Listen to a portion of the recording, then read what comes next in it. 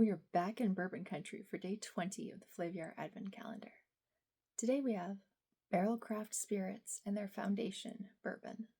A year or so ago, I was fortunate enough to be able to attend a whole seminar with a wide variety of the range of barrel craft spirits. I'm sure the flagship was involved. I don't quite remember that one specifically. I'd have to refer back to the notes. But I do remember enjoying the lineup very much and taking home a bottle of A Tale of Two Islands. Let's crack into day 20.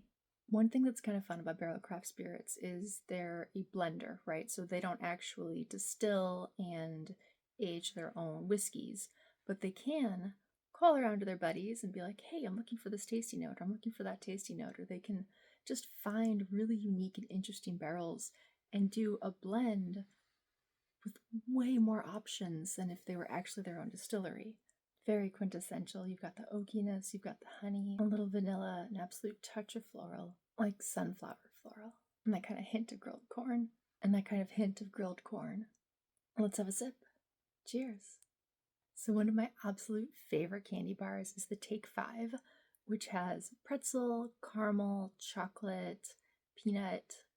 I know there's 5 things in there, and I can't quite think of all of them, but this really kind of reminds me of that. You've got like this chocolatey, caramely, little like toasted grain with like a touch of chai spice. It's like I'm having a nice chai latte. I've got my Take 5 candy bar. It's literally like November 1st because that's pretty much the bag of candy I get that I'm like, okay, we're giving all these kids sweet tarts or something. And then, there's like one bag. Oh, look, we have extra candy. Extra indeed.